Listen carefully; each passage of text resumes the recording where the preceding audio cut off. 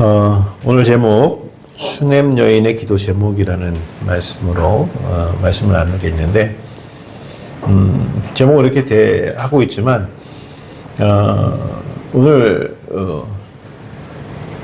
본문의 정확한 그 말씀의 모습은 뭐냐면 응답받는 자, 기도하며 응답받는 자들이 어떤 모습을 가지고 있어야 될 것인가라는 거예요. 그러니까 응답받는 자의 모습이라고도 할 수가 있습니다. 그러나 이제 오늘 성경상의 주인공이 수냄 여인이다 보니 수냄 여인의 기도 제목이라는 걸 가지고 우리가 지난주에 이어서 수냄 여인의 기도에 대해서 말씀을 나눕니다. 오늘 전체적인 이야기는 지난주랑 연결되어지는 말씀이에요. 엘리사 선지자가 수넴에 갔을 때에 그곳에 있었던 한 여인이 엘리사를 극진히 영접하고, 그래서 그 여인이 수넴에 올 때마다 엘리사를 모시기에 남편과 의논해서 방을 하나 만들고 거기에 엘리사가 기거할 수 있도록 그렇게 방을 내주고, 그렇게 엘리사를 섬기니까 엘리사가 하나님 앞에 은혜를 구하고 기도해서 이 수넴 여인과 그 남편에게 아들이 없었어요. 아들이 없었는데 기도를 통하여 하나님의 은혜를 받아서 아들을 낳게 하고, 그렇죠? 그래서 그 아들이 생기고 나서 이제 하나님 은혜를 받았는데 문제가 생겼어요. 이게 뭐냐면 그 아들이 죽게 됩니다. 이유는 무엇이죠? 그 아들이 고백한 게 하나님을 하나님을 뭐라고 그럴까, 최고의 권위자로 인정하지 않고 아버지를 최고의 권위자로 인정해서 아들을 죽게 돼요. 그래서 수넴 여인이 이 아들을 이제 죽은 그 사실을 이제 알고 갈멜산에 있는 이제 그 엘리사에게 찾아가는 이야기가 이제 지난주까지의 이야기입니다. 오늘은 그렇게 해서 이제 갈멜산에 이 여인이 찾아오게 됩니다. 찾아오게 되는데 오늘 말씀을 통해서 보게 되면 이제 이 여인에게 기도 제목이 생긴 거죠. 엘리사에게 이제 기도 제목을 구하고 이제 엘리사의 이제 엘리사를 통하여 또 하나님의 은혜를 받고자 이제 오게 되어지는데, 그래서 오늘 이제 수넴 여인의 기도 제목이라고 붙였지만, 이 수넴 여인이 어떻게 또 하나님의 응답을 받고 하나님께서 이 문제를 어떻게 풀어가시는 건가라는 생각을 많이 가져요. 제가 오늘 그런 생각을 가져요. 우리가 믿음 생활하다 보면은 내가 어느 때 많이 기도하는가라는 것들을 한번 생각해 보시면 좋겠어요. 즉, 다시 말씀하면 내가 하나님을 찾는 그 시기가 언제인가. 근데 믿음 생활하다 보면은요, 대부분 문제가 발생했을 때 기도를 제일 많이 열심히 해요. 그렇죠? 제가 아까 이제 아침에 설교를 준비를 하다 보니까 이제 이렇게 로비에서 여러분들이 말씀을 나누는 말씀이 살짝 들렸는데, 이용도 집사님 말씀이 살짝 들렸어요. 건강을 주시면 감사한다. 그렇죠? 거기에 또 하나 더 붙였으면 좋겠어요. 하나님께 건강을 주셨을 때 기도하며 감사하셔야 돼요. 예전에 우리 교회에 제가 이제 지방에 일을 하다 보니까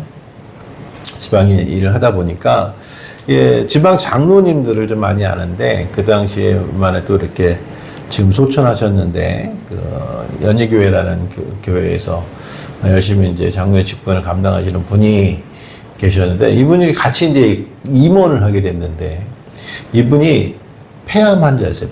말기 폐암 환자인데, 마지막까지 내가 하나님 앞에 헌신하면 하나님 나라 가겠다라고 해가지고, 얼마가 남지는 못하죠. 남은 인생 하나님 내 봉사하면 살겠습니다라고 해가지고 폐암인데도 불구하고 이 지방 임원을 맡아서 하셨어요. 물론 그 임원하는 기간 중에 소천하셔가지고 예, 1년 하시고 나서 이제 갑작스럽게 병이 악화되고 소천하셨거든요. 근데 이제 그쯤에 저는 너무 은혜가 된 거예요. 아, 내가 하나님 앞에 서는 날, 내가 내 몸이 부스러져도 내가 이 장로의 직분을 잘 감당하겠다라고 그게 너무 감동이 돼서 제가 우리 교회에 그 당시에 이제 금요 심야 예배에 기도할 때 우리 교회에 와서 좀 말씀 좀 나눠주세요. 은혜를 나눠주세요라고 해가지고 그 장로님 한번 오셔가지고 간증을 한번 하게 됐는데 이분이 그 말씀을 하세요. 몸이 아프면 오히려 더 많이 기도할 줄 알았다는 거예요. 시간도 많이 남고 남들보다 시간도 많이 남고 또 치료도 받고 하니 상황적으로 보게 되면 내가 기도의 제목도 있고 내가 낫고자 하는 의지도 있고 그리고 또 치료를 받다 보니 다른 사람들 시간도 많이 나고 그래서 더 많이 기도할 수 있겠구나라는 그런 마음을 가졌는데 막상 아프고 나니까 아파서 기도 못 하더라는 거예요. 아무리 시간이 나도 아프니까 기도 못 하겠더라는 거예요. 경제적인 것도 마찬가지예요. 경제적으로 어려워지면 기도가 많이 될 것 같죠. 저도 사업하다 사업 망해 보니까요. 오히려 사업 망하기 전 직전에는 막 기도를 열심히 하는데 딱 경제적으로 어려워지니까 그때부터 기도 놓게 되더라고요. 사람이라는 게 그런 것 같아요. 그래서 사실은 여러분 기도할 수 있는 건강을 주셨다는 것이 얼마나 중요한지 몰라요. 또 기도할 수 있을 만큼 하나님 오늘 채워가신다는 게 얼마나 중요한지 몰라요. 그러니까 사람들이 오늘 내가 내 삶 속에 만족을 하니까 기도를 못하는 것이지 실제적으로는 오늘 내가 만족한 삶을 하나님께서 주심에 감사한 기도가 더 많이 나와야 된다는 말씀이죠. 근데 우리는 그래서 아프지 않을 때 기도하고 경제적으로 어렵지 않을 때 기도하고 뭐 이래야 되는데 참 희한한 거는 아파야만 기도하고요. 또 어려우면 기도하고요. 참 어려울 때 그런 주님을 찾는 경우가 많은 것 같아요.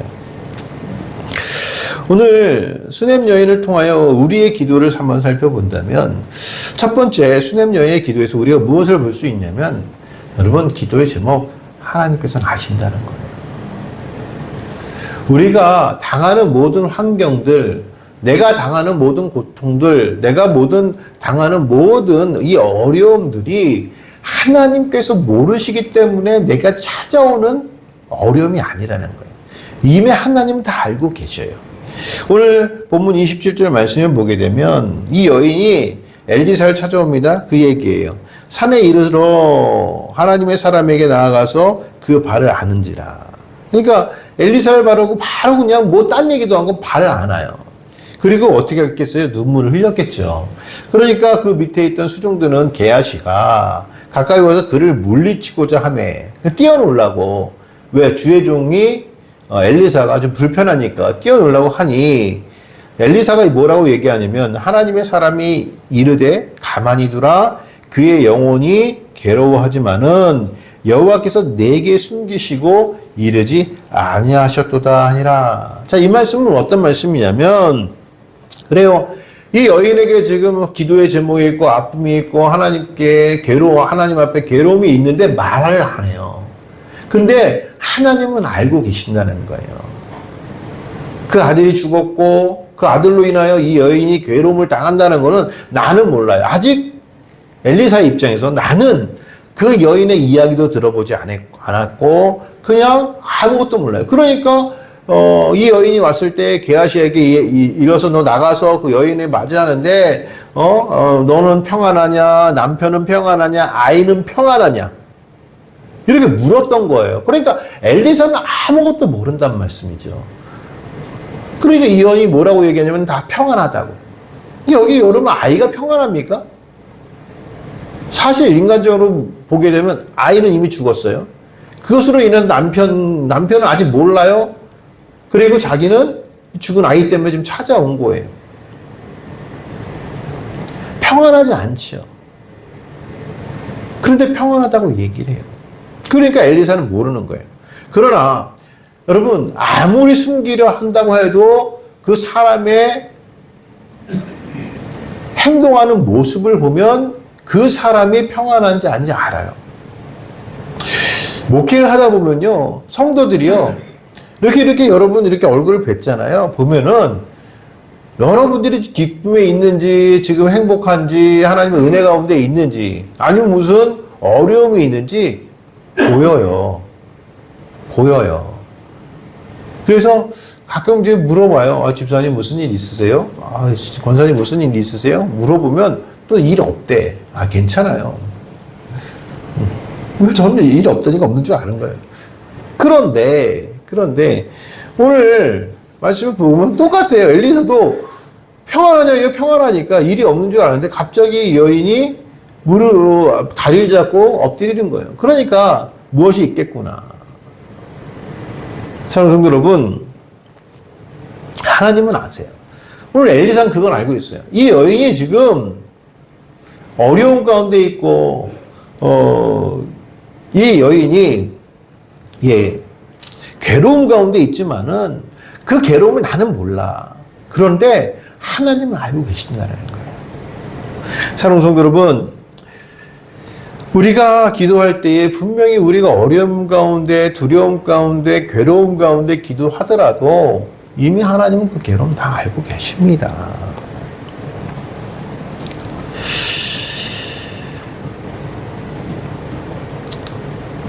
마태복음 6장 8절 말씀에 보게 되면요, 이렇게 기록이 되어 있습니다. 그러므로 그들을 본받지 말라. 구하기 전에 너희에게 있어야 할 것을 하나님 너희 아버지께서 아시느니라. 자, 누구를 본받지 말라냐면 이방인들을 본받지 말라는 거예요. 뭐 이방인들은요, 그냥 자기 신에게 그냥 이것 달라 저것 달라 다 고해 바칩니다. 근데 예수님은 그렇게 기도하지 말라는 거예요. 너희에게 있어야 할 모든 것이 다 너희 하나님 아버지께서 다 알고 계시다는 거예요. 그러면서 마태복음 6장 31절 말씀을 보게 되면 그러므로 염려하여 이르기를 염려해요. 그렇죠? 무엇을 먹을까, 무엇을 마실까, 무엇을 입을까 하지 말라. 뭐 하지 말라는 거예요? 기도하지 말라는 거예요. 그거 염려해서 기도하지 말라는 거예요. 이는 다 이방인들이 구하는 것이라. 너희 하늘 아버지께서 이 모든 것이 너희에게 있어야 하는 줄을 어떻게 한다고요? 아시느니라. 하나님이 이미 다 알고 계시다는 거예요. 그래서 어떻게 해요? 그런즉 너희는 먼저 그의 나라와 그의 의를 구하라. 그리하면 이 모든 것을 너희에게 더하시리라. 라고 말씀하시면 뭐라고 얘기하냐면, 그러므로 내일을 위하여 염려하지 말라. 내일 일은 내일 염려할 것이요 한날의 괴로움은 그날로 족하니라. 라고 말씀하고 계시는 거예요. 사랑하는 성도 여러분, 하나님이 모르실까요? 알고 계셔요. 그러면 우리가 기도하는 것은 뭐냐면 하나님 앞에 숨기는 게 아닌 거예요. 여러분 생각해 보세요. 하나님께 숨길 수 있습니까? 하나님 숨길 수 없어요. 그래서 기도라는 건 뭐냐면 내가 당하는 이 괴로움, 내가 지금 내게 찾아온 이 어려움을 하나님 앞에 고백하는 겁니다. 하나님, 내가 지금 어려워요. 하나님, 내가 지금 힘들어요. 기도라는 것은 그렇게 고백하는 거예요. 사실 이 여인이 주의 종을 찾아왔지만 하나님이 이미 다 알고 계셔요. 주의 종도 그걸 알아요. 아, 하나님 알고 계셔. 나는 모르지만. 여러분들이 저에게 기도 요청을 해 주셔도요, 솔직히 말씀드리면 여러분들이 저에게 목사님 이런 문제가 있어요. 그래서 기도해 주세요 라고 하게 되면 제가 그 상황을 알겠지만은 그 얘기해 주시지 않으면 저도 몰라요. 제가 무슨 특별한 은혜가 있어서 하나님이 오늘 어느 집사님 그 가정에 무슨 문제가 있더라. 너 기도해라. 이렇게 말씀하시지 않아요. 가만히 보니까 엘리사한테도 그렇게 하셨더라고요. 나는 알지 모르지만 하나님 내게 숨기시지만 저 여인의 괴로움이 기도 제목이 있어. 그러니까 여러분, 저 역시도 엘리사보다 못하기 때문에 잘 몰라요. 알려주시면 알아요. 그러나 김우기 목사는 모르지만 하나님을 알고 계시다는 거예요. 여러분 마음속에 어떤 어려움이 있는지, 여러분들이 지금 어떤 형편에 처해 있는지. 그래서 기도라는 것은 하나님 앞에 그것을 고백할 수 있어야 됩니다. 하나님, 내가 좀 이렇게 어렵습니다. 굳이 숨길 필요 없죠. 그렇게 나아가는 것이 오늘 수냄 여인의 기도였던 거예요. 또 이것을 우리는 뭐라고 얘기하냐면 내려놓는다라고. 내려놓는다는 건 뭐냐면 모든 걸 하나님 다 내려놓는 거예요. 내가 결정하는 것이 아니라 하나님이 결정할 수 있도록 다 내려놓는 거예요. 그럼 하나님께서 거기서부터 하나님의 일이 시작이 된다는 것을 잊지 마시기 바랍니다. 이것이 이 여인에게 있어서는 첫 번째 모습이었습니다. 하나님을 아신다는 것. 두 번째는 오직 주의 종의 믿음으로 나아갔다는 겁니다. 오직 주의 종의 믿음으로. 또 이것은 오직 예수의 믿음으로 나갔다라고 표현할 수가 있어요. 30절 이하의 말씀을 보게 되면 아이 어머니가 이르되 여호와께서 살아계심과 당신의 영혼을 살아계심을 두고 맹세하노니 내가 당신을 떠나지 아니하리이다. 엘사가 이에 일어나 여인을 따라가니라. 자, 무슨 얘기냐면, 자, 이 여인이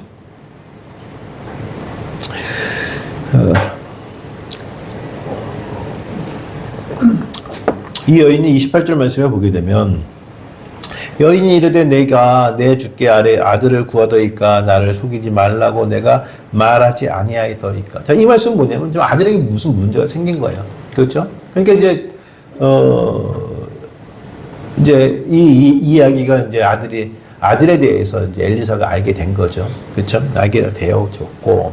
자, 그래서 이 엘리사가 이 해결 방법을 선택한 것이 무엇이냐면 자신의 지팡이, 능력의 지팡이. 항상 지팡이는 능력을 상징합니다.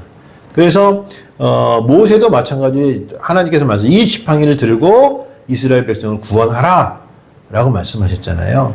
그렇죠? 그리고 계시록에도 말씀을 보게 되면 지팡이를 들고 성전을 측량한다라고 얘기해요. 지팡이는 항상 하나님의 기준을 얘기하지만 또 하나님의 능력을 상징하기도 합니다. 그러니까 엘리사가 내 지팡이를 줄 테니까 내 능력의 지팡이를 가지고 가서 그 아이 위에 올려놓으라 라고 해요. 그러면서 얘기한 게 뭐냐면 갈 때 사람을 만나 인사도 하지 말고 또 어떻게 해요? 예? 말을 걸어도 대답하지 말고. 그게 뭐예요, 여러분? 기도할 때 집중만 하는 거예요. 하나님 사역할 때 거기에 집중하는 거예요. 하나님 사역할 때 세상 것에 눈 돌리지 말라는 거예요. 너 그렇게 가서 아이에게 지팡이를 내려놔. 여러분, 이게 뭐예요? 사실 엘리사가 하나님의 능력을 행할 수 있는 방법을 얘기해 준 거예요. 근데 이렇게 얘기했더니 이 여인이 뭐라고 얘기했냐면 난 당신 떠나지 않겠습니다. 게하시를 못 믿어서가 아닌 거예요. 이미 여러분 아이가 죽었다라는 문제를 해결할 수 있는 방법이 엘리사가 얘기를 했어요. 게하시에게 지팡이를 가지고 가서 아이 위에 올려놓으라. 그럼 아이가 살 것이다. 그럼 살아야 죽어요? 살아요. 분명히 살 거예요. 그런데 오늘 이 여인이 나는 싫어요.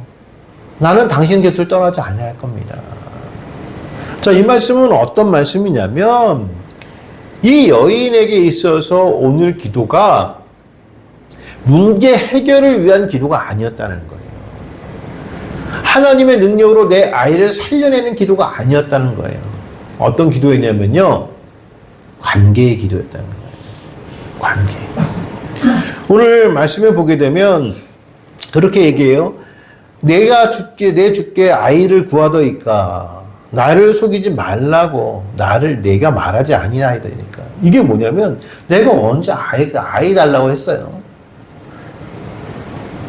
근데 이 여인이 얘기한 건 나를 속이지 말라고 말하지 아니하더이까라는 것은 속였다는 것에 방점이 있는 거예요. 즉 다시 말씀드리면 내가 당신이 내게 어떻게 이렇게 있어요? 이 관계성을 얘기하는 거예요. 사실은 아이를 살리고 죽이는 게 중요한 게 아니라 당신과 나의 지금 그 관계가 좀 끊어진 거 아닙니까? 교회 일을 하다 보면요, 성도들과의 이 관계 속에서 그런 생각을 많이 가지시는 것 같아요. 내가 일을 잘해야겠다. 내가 교회 봉사를 잘해서 어떤 좋은 성과를 내야겠다. 여러분, 그건 세상적인 기준입니다. 정말. 여러분들이 헌신하고 교회가 하나님 앞에 나아가는 건 뭐냐면, 성도가 하나님 앞에 나아가는 거는 관계예요, 관계. 누구와의 관계? 하나님의 관계예요. 하나님의 관계는요, 일이 잘 되고 못 되고가 문제가 되는 게 아니에요. 하나님의 관계는 하나님과 나의 신앙적인 관계가 하나님과 어떻게 연결됐냐는 거예요. 여러분, 그래서 예전에 그런 말씀 많이 들으셨을 거예요. 여러분들이 저도 마찬가지 어려움 당할 때 그런 얘기를 많이 해요. 사람 보지 말아라. 사람 보지 말아라. 왜 사람 보지 말라는 거 아시나? 그게 말씀은 뭐냐면, 사람과의 관계가 먼저가 아니라는 거예요. 교회는 하나님과의 관계예요. 그런데 여러분 생각해보세요. 하나님은 관계가 좋으면 다른 사람에게 불편을 끼치게 할까요? 안 할까요? 안 해요. 왜? 하나님은 나와도 관계를 갖고 계시지만 저 집사님과의 관계도 있어요. A라는 집사님과 관계 있고 B라는 집사님과 관계 있어요. 그러면 나하고만 하나님 나한테만 잘해주실까요? 그렇지 않아요. 저분한테도 잘해주시고 저분한테 잘해주셔야 돼요. 그러니까 잘해주시는 방법으로 내가 또 해야 되니까 서로 잘하는 것. 그런데 하나님과의 관계만 또 생각하다 보면 옆에 있는 사람들 생각도 안 해. 잘못된 관계죠. 그래서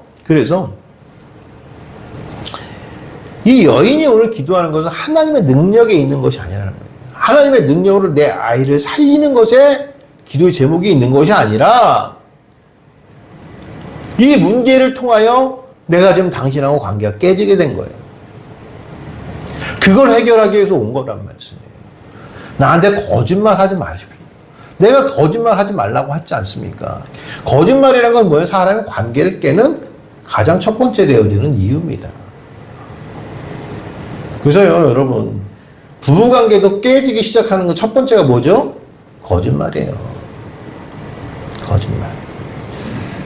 혹시 양광희 집사님 비상금 숨겨놓으셨나요? 비상금 숨겨놓으셨나요? 예. 없죠. 예. 잘하고 계시는 겁니다. 부부가요, 가장 쉽게 거짓말하는 게 뭔지 아십니까? 비상금이요. 그거 지금 다 웃으시는데, 이 웃으시는 게 나는 없어서 진짜 웃는 건지, 나는, 비상금. 그게 뭐예요? 내가 당신 몰래 숨겨놓겠다는 거예요. 그렇죠? 전 비상금 있을까요? 없을까요? 네.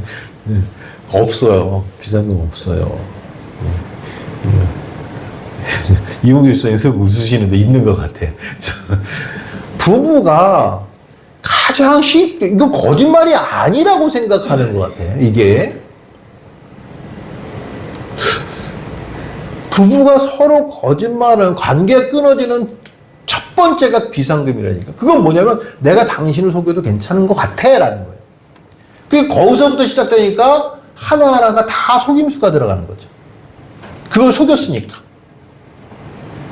두 번째, 이 부부관계 세미나 같은데 통장이 따로 있으면 안 돼요.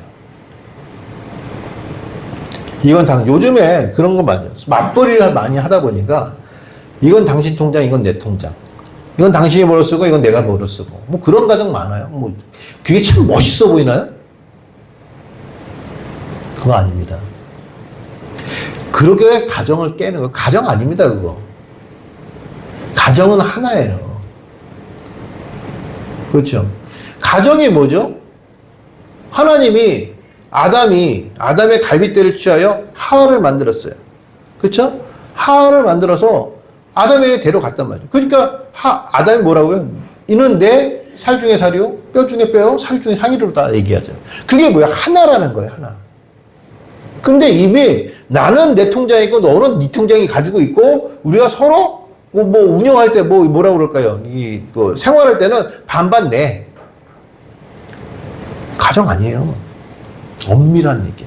하나가 되지 못했다는 말씀. 하나는 뭐냐? 뭐로부터 하나예요? 경제가 하나가 돼야 된다는 말씀. 혹시 지금까지 알지 못하면 그럴 수 있어요. 알지 못해서 그러셨다면요, 오늘부터 합치세요. 야, 내가 얼마 갖고 있는데 합치자.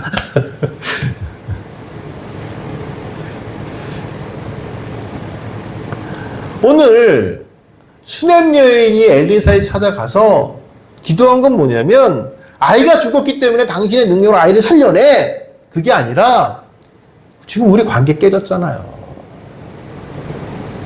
우리는 관계 깨지고 있잖아요. 교회도 마찬가지예요. 여러분, 담임 목사하고 교회 관계 깨지면 어떻게 돼요? 그 교회에 있을 수 없어요. 담임 목사 관계를 어떻게 만들어가는 거예요? 여러분, 하나님과의 관계를 만들실 담임 목사 관계를 만들어가야 되는 거예요. 그 관계가 깨지면요, 지금 우리 권사님 한 분이 계속 전화 안 받으시죠? 왜 그런 걸까요? 이유를 모르겠지만 이미 관계가 깨진 거예요. 왜? 관계 깨지면 전화 받기 싫잖아요. 말씀드리기 싫잖아요. 서로의 이야기하기 싫잖아요. 이건 관계 깨진 거예요. 그러니까 어떻게 멀어지게 되는 거예요. 사랑하는 성도 여러분, 하나님의 능력으로 말미암아 문제 해결이 중요한 게 아닙니다. 하나님의 관계가 깨지면요, 어떤 것도 안 돼요. 그러니까 하나님과의 관계를 잘 맞춰가야 돼요. 만들어야 돼요. 오늘 이 수냄 여인은 그 얘기를 하는 거예요.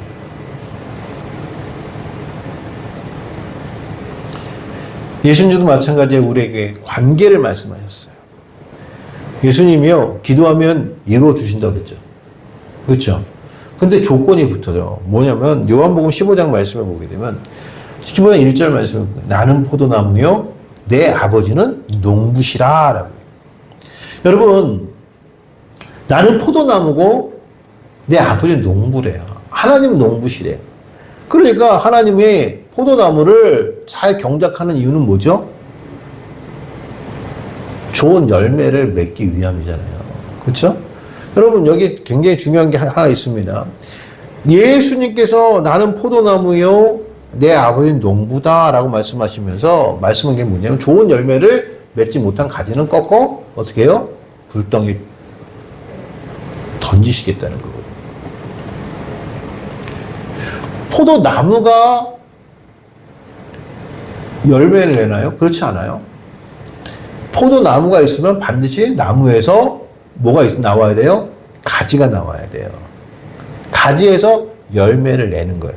그래서 요한복음 15장 7절 말씀을 보게 되면, 나는 포도나무요, 너희는 가지라. 이렇게 말씀하십니다. 요한복음 말씀에. 그러니까 나는 포도나무, 하나님은 농부, 너희는 가지다. 그렇죠? 그래서 이것이 다 연결되는 걸 뭐라고 하면 15장 7절 말씀을 보게 되면, 너희가 내 안에 거하고 내 말이 너희 안에 거하면 무엇인데 원하는 대로 구하라, 그리하면 이루리라. 자, 이 말씀은 어떤 거예요? 내게 속해 있어야 된다는 말, 나한테 붙어 있어야 된다는 말씀이에요.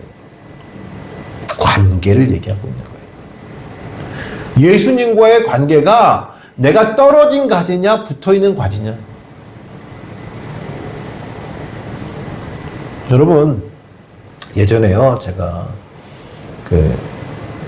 이제 제가 농촌 학교를 학교 다니다 보니까, 우리 이제 학교 다닐 때 농업이라는 시간을 배우는데, 그 농업 중에서도 이제 이렇게 실습이 있었어요, 실습. 실습이 있었는데 실제로 나무 있잖아요. 나무 가지치기라는데 제가 잘못해가지고 나무 가지를 했는데 이 가지에서 이렇게 쫙 찢어졌어. 가지가. 그래서 거기를 어떻게 했는 줄 아냐면 혼나거든요. 선생님한테 걸리면, 농업 선생님한테 걸리면. 그래가지고 어떻게 보면 거기다가 테이프로 이렇게 말아놨어. 그 가지가 살까 죽을까요? 그 가지 죽들으니까요. 그러니까 나무 가지가 이렇게 있어야 되는데 이걸 쫙 찢어놨단 말이에요. 이렇게. 그걸 다시 이렇게 붙여가지고 여기다 테이프를 붙여놓는다고 해가지고 그 가지가 살까? 저는 살 줄 알았어요. 그러니까 막 가지가 마르기 시작하더라고요. 분명히 그 가지는 붙어 있어요. 어디에? 나무에 붙어 있어요. 그런데 나무에 붙어 있지만 이미 관계는 떨어져 나와 있단 말씀이죠. 그러니까 어떻게 돼요? 죽은 가지가 되더라는 거예요. 우리는요, 예수 그리스도와의 관계를 제가 말씀드리는 그 관계라는 것이 교회를 나온다고 해서 관계가 좋으냐? 예수님과의 관계가 좋으냐? 그렇지 않아요. 다는 아니라는 거죠. 분명히 거기 붙어 있긴 하는 것 같은데 찢어진 가지처럼 영양분을 받지 못하고 그 가지에서 나오지 못하면 그 가지는 마르고 열매도 얻을 수 없다는 말씀이에요. 신앙생활 할 때에 예수님과 관계가 얼마나 중요한가라는 것을 우리 다시 한번 깨달을 수 있어야 된다는 말씀이에요. 오늘 우리 한번 체크해 봤으면 좋겠어요. 내가 지금 예수님과 관계가 어떤가? 그러면 그 예수님과의 관계가 어떤가라는 것들은 오늘 주의 종의 믿음과 연결되어 있다는 말씀이에요. 오늘 여인이 와가지고 내가 아들을 구하더이까 내가 당신에게 거짓말하지 말라고 했지 않습니까? 라고 했던 건 뭐냐면 관계라는 거, 하나님 관계가 깨진 관계가 그게 더 안타깝다는 거죠. 사랑하는 성도 여러분, 하나님과의 관계 우리 잘 보셔야 돼요. 예수님과의 관계 떨어지면 안 돼요. 그 관계성을 회복하는 우리가 되기를 원합니다. 세 번째는요, 모든 것 주의 종에 위탁했다는 거예요. 맡겼다는 거예요. 여러분, 오늘 말씀에 보면 참 희한한 말씀이 있습니다. 게하시 한번 볼까요? 게하시를 보면 엘리사가 이 여인과 함께 가는 걸 알아요, 몰라요? 알죠? 근데 이 게하시는 먼저 뛰어가요. 뭘 들고 뛰어가요? 지팡이를 들고 뛰어가요. 그렇죠? 지팡이를 뛰어가서 어떻게 해요? 아이 위에 올려놓아요. 누구의 얘기대로? 이거 누가 그렇게 하라고 했어요? 엘리사가 그랬잖아요. 엘리사가 그렇게 했으면 살아야 돼요? 죽어야 돼요? 살아야 되잖아요. 아이가 살았어요? 안 살았죠. 게하시가 올려놨을 때는 살지 않았죠. 왜? 31절 말씀을 보게 되면 게하시가 그들보다 앞서가서 지팡이를 그 아이의 얼굴에 놓았으나 소리도 없고 듣지도 아니하는지라 돌아와서 엘리사를 맞아 그에게 말하여 아이가 깨지 아니하였나이다 아니라. 자, 여기 우리가 한 가지 진짜 잘 봐야 되는 게 하나 있어요. 게하시는 엘리사 하라는 대로 했다니까요. 근데 왜 그렇게 했을까요? 왜 먼저 가서 이걸 했을까요? 게하시가 말씀해 보게 되면 엘리사를 맞아 그에게 말하여 하는 걸 봐서는 엘리사가 오고 있다는 걸 알고 있었거든요. 왜 그렇게 했을까요? 그래서 성경 전체를 보면 게하시가 참 이 사람은 좀 야비한 사람이다라는 걸 좀 느낄 수 있어요. 그 나아만 장군의 이야기도 그렇죠? 나아만 장군이 엘리야를 찾아와가지고 너 저기 가서 강에 가가지고 가서 7번 몸을 씻으라. 요단 가서 7번 몸을 씻으라 그랬더니 나아만 장군이 뭐라고 그럴까요? 내가 여기까지 와가지고 꼭 이게 해야 되냐 그랬더니 이제 그 수종되는 사람이 아니, 뭐래도 하려고 하면 다 시키는 대로 하기로 해놓고선 왜 그러십니까? 그래가지고 무당가에서 몸을 씻고 문둥병이 났잖아요. 그렇죠. 돌아갑니다. 근데 이제 개아씨가 중간에 그냥 보내는 게 너무 그러니까 왜냐면 이 남한 장군이 자기가 이제 제일 많은 것을 재물을 가지고 왔으니까 그 주고 가려고 했더니 이제 안 받는다 그랬잖아요. 그러니까 그냥 가니까 개아씨가 그냥 또 쫓아가가지고 우리 주인이 좀 얼마 내놓으라고 했다고. 그래가지고 개아씨가 문둥병 걸린 사람 아닌가요? 맞죠? 그렇죠. 이게 보면 좀 이렇게 보기에도 좀 이렇게 뭐라 그럴까요? 좀 이게 굉장히 실질적인 사람이에요. 그렇죠? 오늘도 말씀을 보게 되면 이 아이가 살아날 것 같다라고 생각을 했겠죠. 왜? 엘리야가 시켰으니까. 그리고 엘리야의 능력이 지팡이로부터 시작이 됐다고 생각하니까 자기가 그걸 갖고 있으면 이 아이를 살릴 것이다 라고 생각. 그러면 게하시 마음속에는 어떤 마음이 있었을까요? 아이를 살리면은 누가 이 집주인에게 혹은 주변 사람들 누가 이렇게 칭찬을 받을 수 있을까요? 게하시가 칭찬받을 거 아니에요. 진짜 완전히 개인적인 생각으로. 완전히 개인적인 생각으로 이 일을 행했던 것 같아요. 여러분, 그런 개인적인 생각의 사역은 절대로 기적을 일으키지 못합니다. 오늘 엘리사가 지팡이를 가지고 가서 그 아이 위에 두라는 것은 그 마음이 누구에게 있는 거예요? 타인에게 있는 거예요. 죽은 아이에게 있는 거예요. 아이를 살리고자 하는 마음에 있는 거예요. 그 상황을 이용해서 내가 내 이름이 나고 내가 다른 사람이 칭찬받고 내가 이렇게 하면 다른 사람이 인정해 주겠지 라는 사역은 절대로 하나님이 기뻐하시지 않는다는 거예요. 그래서 아이가 살아나질 않는 거예요. 여러분, 예수님의 제자들이요 변화산에 올라갔습니다. 근데 예수님의 제자들이 변화산에 올라가가지고 내려왔는데 귀신 들린 아이가 이제 있었어요. 근데 예수님보다 먼저 제자들이 내려갔던 것 같아요. 그러니까 먼저 내려갔던 게 아니라 그 제자들이 밑에 있던 제자들에게 왔어요. 주님이 변화산에 갔으니까 이제 주님이 안 계시니까 제자들이 이 아이의 병을 고치려고 귀신 들린 거 쫓아내려고 해요. 근데 이 제자들이요 실제로 예수님께서 마태복음 말씀을 보게 되면 실제로 제자들에게 능력을 주시고 가서 복음을 전하게 하시거든요. 그래서 귀신도 쫓아내고 병도 고치라고 했더니 제자들이 전도 여행을 다 마치고 들어와서 주님 앞에 그렇게 얘기해요. 주의 이름으로 우리가 권능을 행했더니 귀신도 쫓겨나가더라. 그래서 주님께서 중요한 말씀이 있죠. 먼저 그것으로 기뻐하지 말고 무엇으로 기뻐하라? 내 이름이 생명책에 기록된 것으로 기뻐하라 라고 말씀하세요.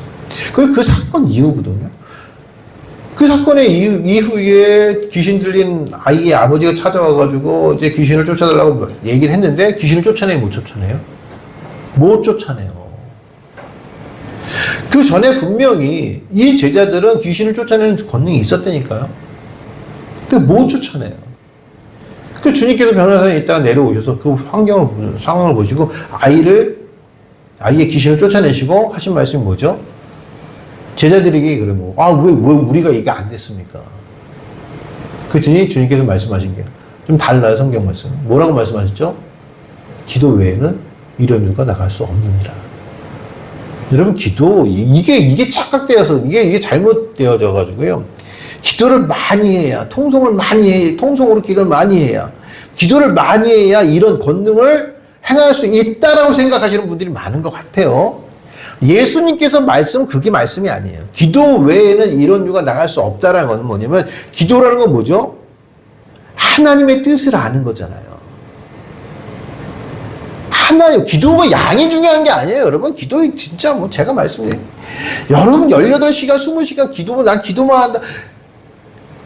그 기도의 양이 중요한 게 아니에요. 그 기도를 통하여 뭘 아는 거예요? 하나님 뜻을 알아야 되는 거예요. 그렇다고 또 김은기 목사가 또 기도하지 말라고 그랬다. 아니에요. 기도는 1시간 하는 것보다 2시간 하는 게 좋습니다. 2시간 하는 것보다 3시간 하는 게 좋습니다. 많이 하는 게 좋아요. 근데 많이 하는 건데 그냥 많이 하는 것이 아니라 기도를 알고 많이 해야 된다는 거예요. 기도가 뭐죠? 하나님의 뜻을 아는 거잖아요. 그러니까 이런 것이 기도 외에는 이런 이유가 나갈 수 없다는 건 뭐냐면 하나님께서 이 상황들을 왜 우리에게 맡겨주셨고 이 시간에 왜 기도하게 하셨는가라는 것들을 깨달아 아는 자들이 권능을 행하는 겁니다. 게하시는 그걸 놓친 거예요. 하나님의 이 상황들, 이 아이가 죽은 상황들을 뭐에 쓰려고 했던 거예요? 내가 칭찬받는 일에 쓰려고 해요. 그러니까 안 되는 거예요.